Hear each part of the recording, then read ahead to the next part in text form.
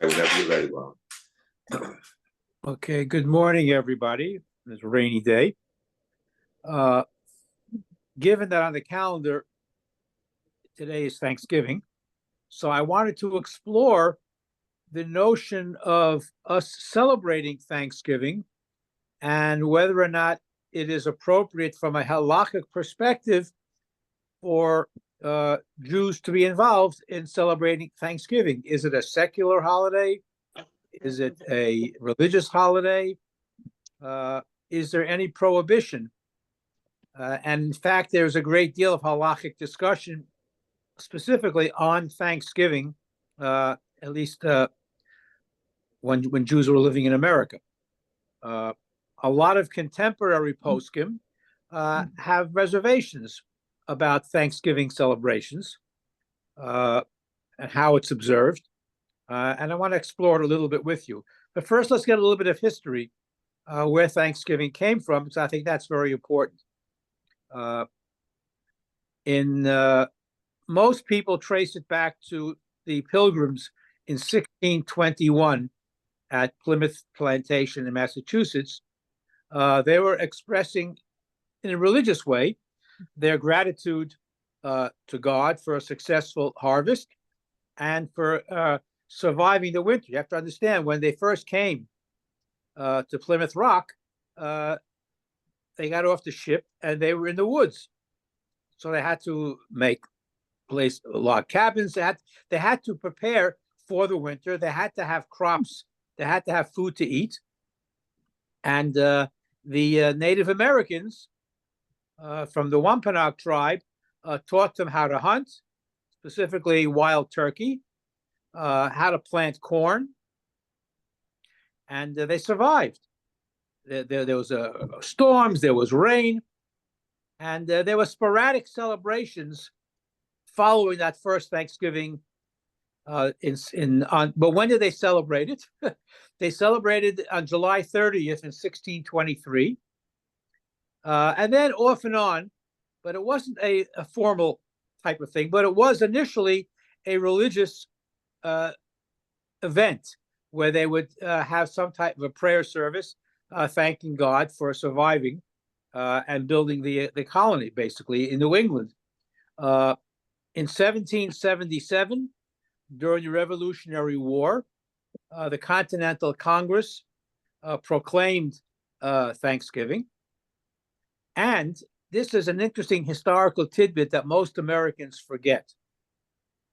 In 1782, the Continental Congress, under the Articles of Confederation,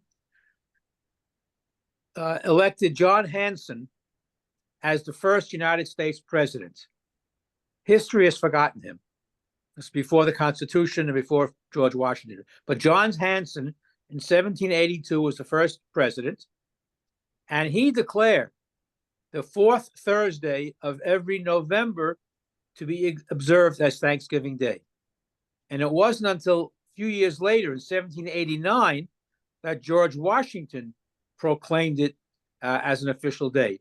And again in 1795, but it wasn't until 1863, in the middle of the Civil War, that Abraham Lincoln lobbied for a day off from work, and Thanksgiving has been observed annually ever since the Civil War as a national holiday across the United States.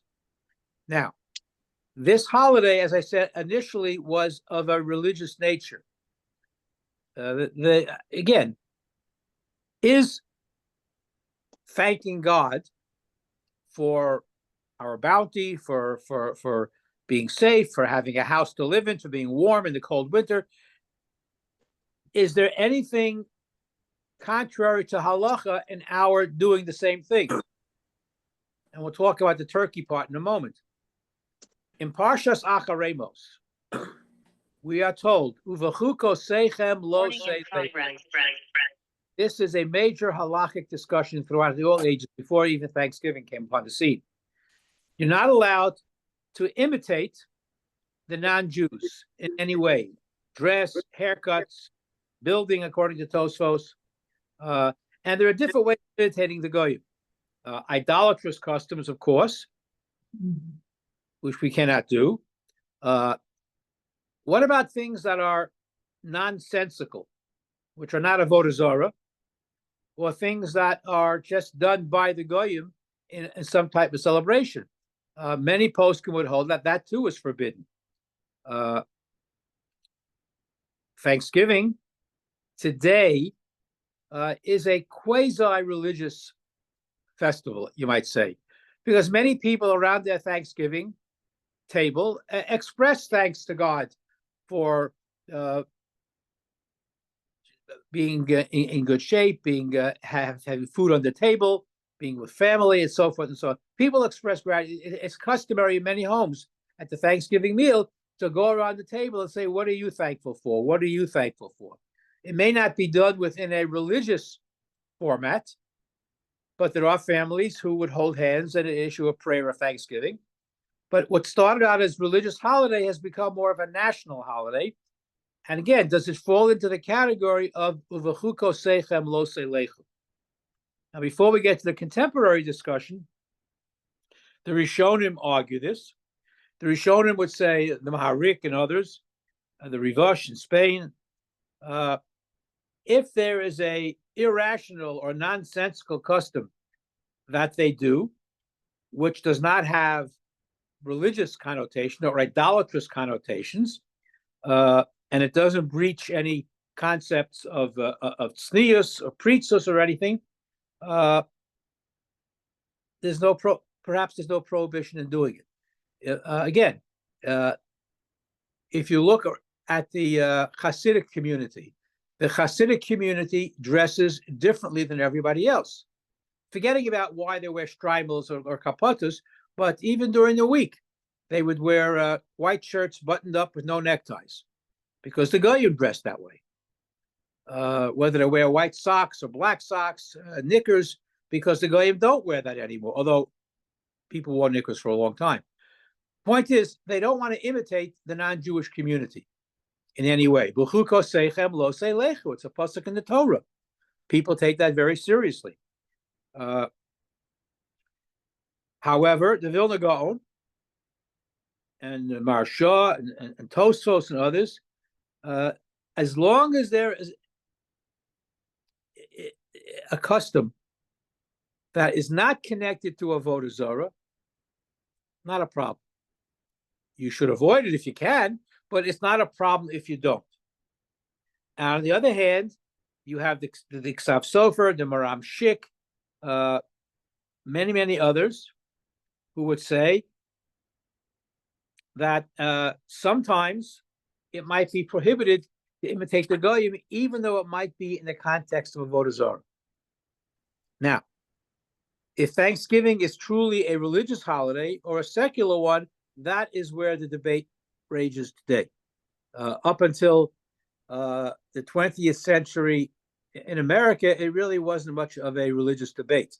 But when you had more observant Jews growing in population, it became a discussion. Many poskim hold that this is what you call a simchas reshus. It's a not an obligatory annual celebration, but is a reshus, which is voluntary, not non-obligatory. And there are two aspects to it. There's one aspect is the celebration itself, having a celebratory meal. The other thing is eating turkey, which I'll come to in a moment. But that, if that becomes a ritual, is that ritual considered imitating the goyim or not? Rav Moshe Feinstein went through a series of tshuvos. He has about a half a dozen different tshuvos about Thanksgiving.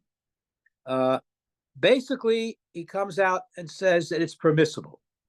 Although towards the end, he became a little bit more to the right and say, if you can avoid it, you should. But he was not opposed to it.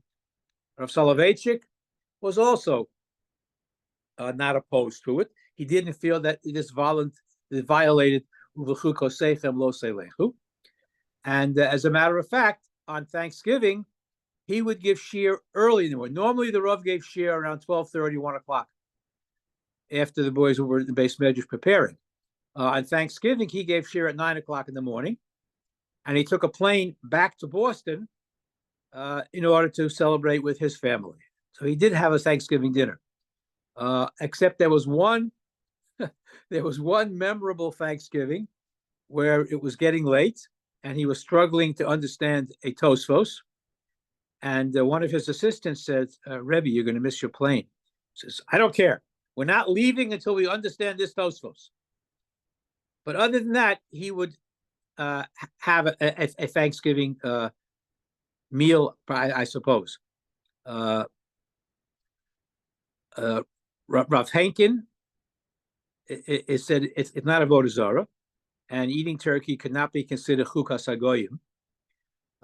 Again, there are some poskim who say, well, if it's a holiday based on the Goyish calendar, it might be associated with avodah zarah.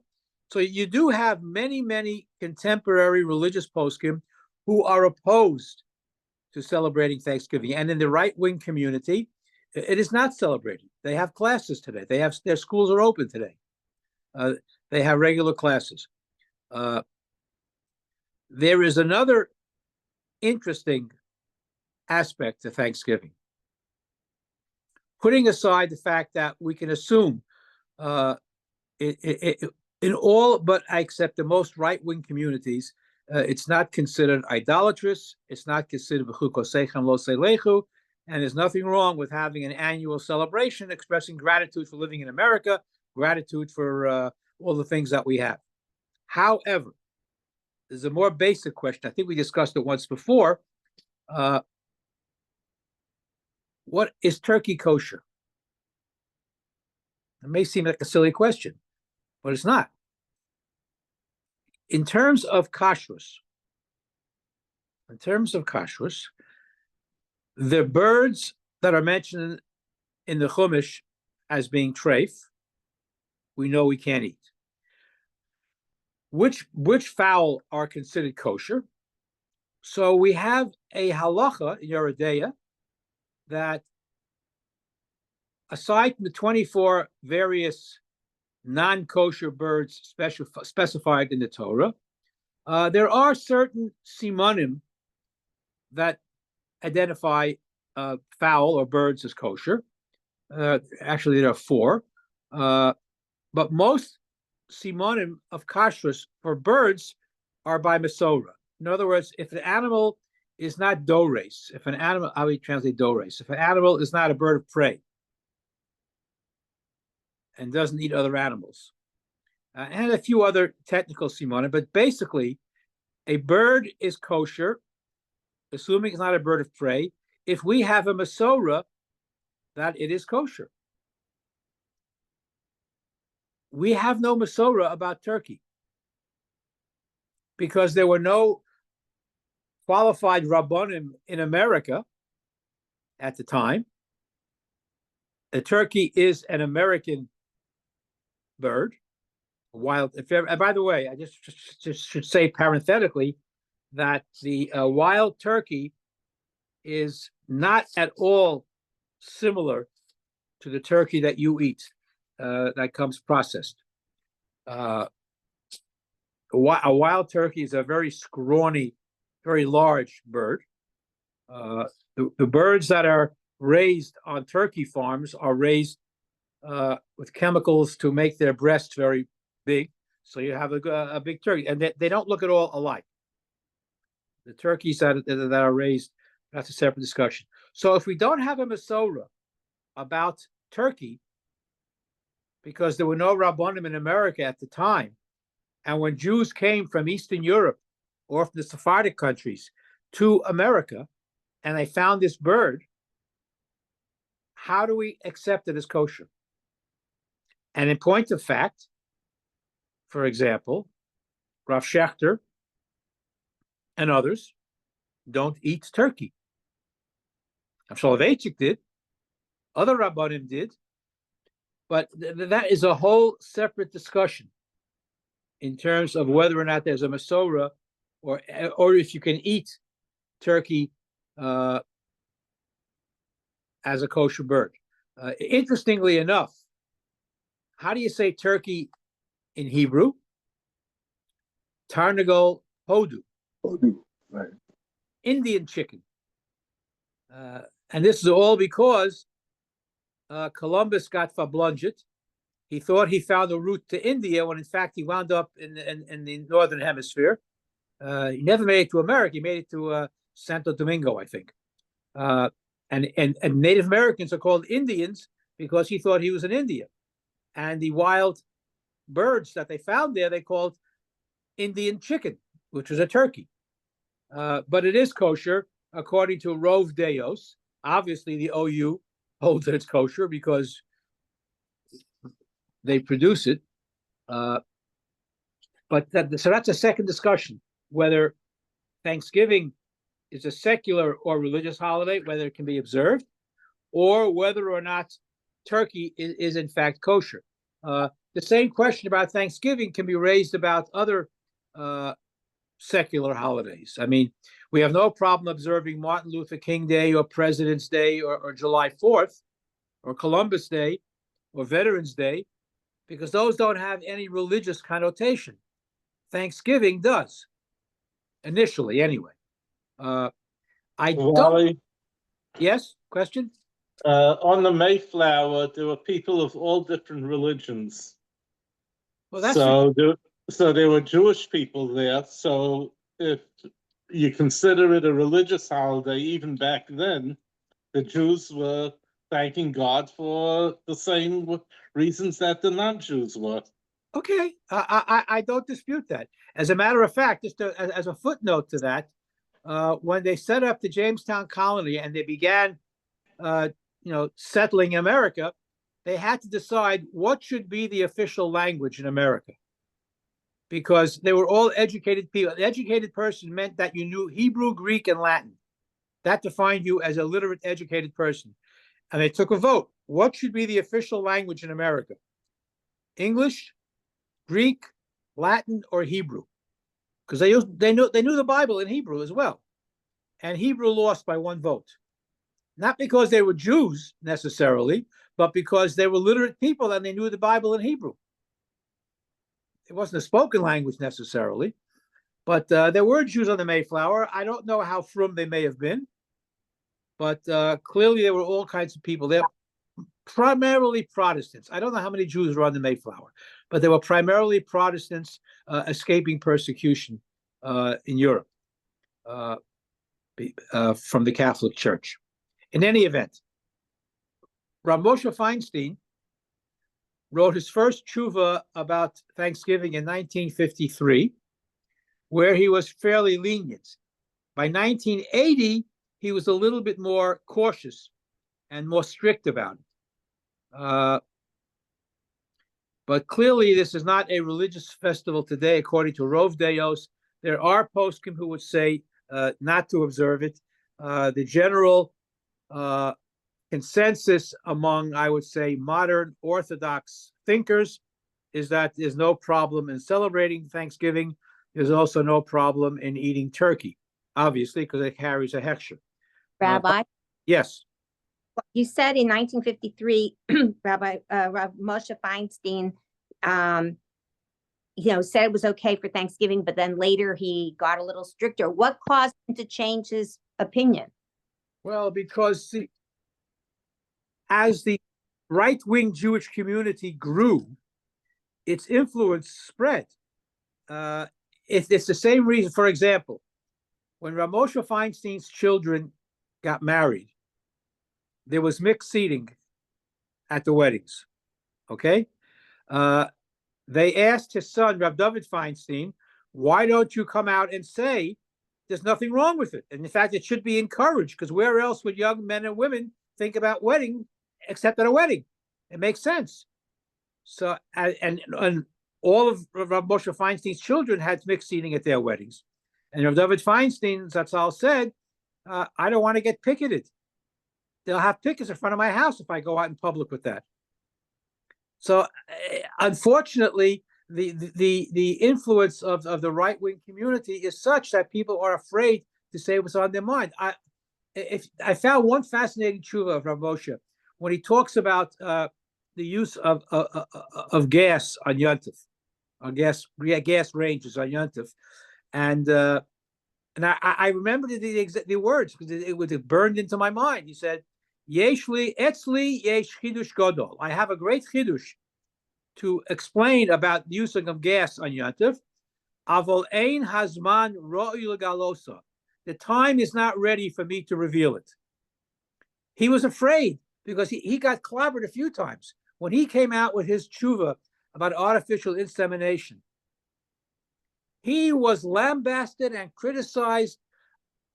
I can't tell you the horrible names they called him by people who weren't fit to shine his shoes. They called him all kinds of names because he had the temerity to say that it was permissible, preferable to use the husband's sperm for artificial insemination. But if it didn't work out for a variety of reasons, you were allowed to use donor sperm. Wow, he caused a revolution. So if you are a posek, you have to be very, very careful in what you say because the repercussions will be heard all over the place. Rav Hershel Schachter makes no secret of the fact that he doesn't eat turkey. There's no Masorah in America for turkey being a kosher bird. There are other reasons to say it is kosher, but that's his personal thing. Does he go out and tell people not to eat turkey? Obviously not. He's one of the chief rabbanim of the OU, and the OU gives a hechsher on turkey.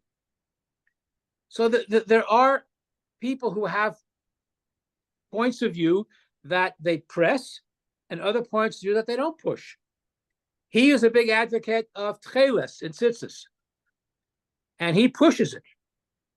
His Rebbe didn't wear tcheles. The Rav did, my Rebbe didn't wear, and none of them were. Everybody has to pick and choose, unfortunately, and there's no universal standard. So, I find it very difficult, and maybe it's just because I'm naive, that, a kahal who will stand up and give kavod to a rabbi who's going to be a guest speaker or whatever, that they can have such clout. Like Rav Feinstein and Soloveitchik, they're not Mickey Mouse kind of rabbanim. And it's sort of, it upsets me that they, through their careers, have been walking on eggshells with certain issues because of the fear of the kahal and the kahal. Well, okay, so you raise a very important point, which has existed from time immemorial. They are not Mickey Mouse rabbanim, and when they say something, it's heard all over the Jewish world. So on the one hand, if something is crucial, they'll take a stand for it. Like his response on artificial insemination, some of his other key things there, questions about Eruv. There are many, many classic cases. Rav Soloveitchik was not a posek. He very rarely gave you a direct answer to a question about halacha. There was only one published tshuva that he wrote. Why? Because his mind is such that he could see 25 positions on any given topic. I mean, in conversation, if you ask him a question, he would answer it. But in terms of coming out with a psak, the only psak he wrote, and even in that case, he had Reb Chaim Heller, or the great Gadol, co-sign with him, was his tshuva about not davening in the shul without a mechitza, even on Rosh Hashanah. Better not to hear shofar than to daven in the shul without a mechitza on Rosh Hashanah. That was the only tshuva that he ever put into writing. Other than that, he may have told people things privately. People ask him questions all the time, but being a lamdin, if you ask him who he was, he would say, I'm a malamed. The Rav's favorite, I'm a malamed, I teach. And being a malamed of his stature, he had so many ways of looking at any particular topic that he could argue 20 different directions about a single. So because he would say something today, I'll give you a classic example. He was struggling over a rush in Psachim about the issue of lishma when you're making matzahs. And he worked on it and he worked on it and for 4 hours. And he didn't resolve it. Next day, another couple of hours, and he came out with one position. Everybody breathed a sigh of relief. Okay. Next day, we come back to Shiur, and he says, boys, I didn't sleep last night. Let's go over that rush again. Another 3-4 hours go by, and he comes out with the exact opposite conclusion. Because his mind was so fertile that he could see so many different angles of every issue. So he had a Thanksgiving. He went home and celebrated Thanksgiving with his family. I am pretty sure he had turkey, although I was never at his dinner table. Okay, Rav Schechter, who is his top Talmud, believes that turkey does not have a Masorah, and kashrus for birds is dependent on a Masorah. He doesn't eat turkey. He gives a hechsher on turkey, but he himself doesn't eat it. And I'm pretty sure he doesn't celebrate Thanksgiving. I can't say for sure, but I would think and most Rabbanim on the right would not have a Thanksgiving dinner because it's an American secular holiday with religious overtones. And anything that might have a religious overtone might violate uvachu kosechem lo selechu. Now, this is a much broader topic. It has to do with wearing goyish clothing. For example, if you are a Jewish attorney in London, you have to dress a certain way. If you are a rabbi in many European countries, you have to dress the way Christian clergy dress. Does that violate uvachu kosechem lo selechu? Does a doctor who have to wear a certain gown violate uvachu kosechem? These are questions that the poskim grappled with. And in most cases, they came out saying, as long as it doesn't have a religious overtone, you can do it. When I was, for the short period of time, when I was in Rabbanus in Montreal, so the first funeral I officiated at, right before the funeral service began, the funeral director brings me to a closet where there were all these gowns. Because Montreal is a very European city, and all the rabbis wore clerical gowns. So there were 3 rabbis in the city who didn't wear clerical gowns. I was one of them. I said, no, thank you. I don't do the gowns. But all the rabbis do. This one doesn't. And Europe has a special collar as well. So that's why you have poskim. And again, it's based on the pasuk of the v'chu kosechem lo selechu. If this is considered anything with a Christian overtone, or even a secular overtone that has religious background to it. Initially, Thanksgiving was a religious festival. Today, it still has a quasi-religious overtone to it. We do thank God for all of our blessings and all of our bounty. That's the whole purpose of Thanksgiving. If you look at it just as an occasion for the family to get together, okay, then it's not a religious holiday. But there are many, I want you to be aware that even though we have a Thanksgiving dinner and we have turkey and you may go around the table saying, what are you thankful for? What are you thankful for? There is an open discussion whether or not this violates uvachu kosechem lo selechu. So depending where you stand on that issue, have a happy Thanksgiving. You too. Thank you. Bye.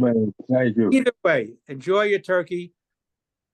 And drive safely. Drive safely. I will add, as a postscript, next year, cranberries will be very expensive because this year the drought has affected next year's cranberry crop. Oh. Be aware of that. Remember, you heard it here first. Okay. Have a great Wally.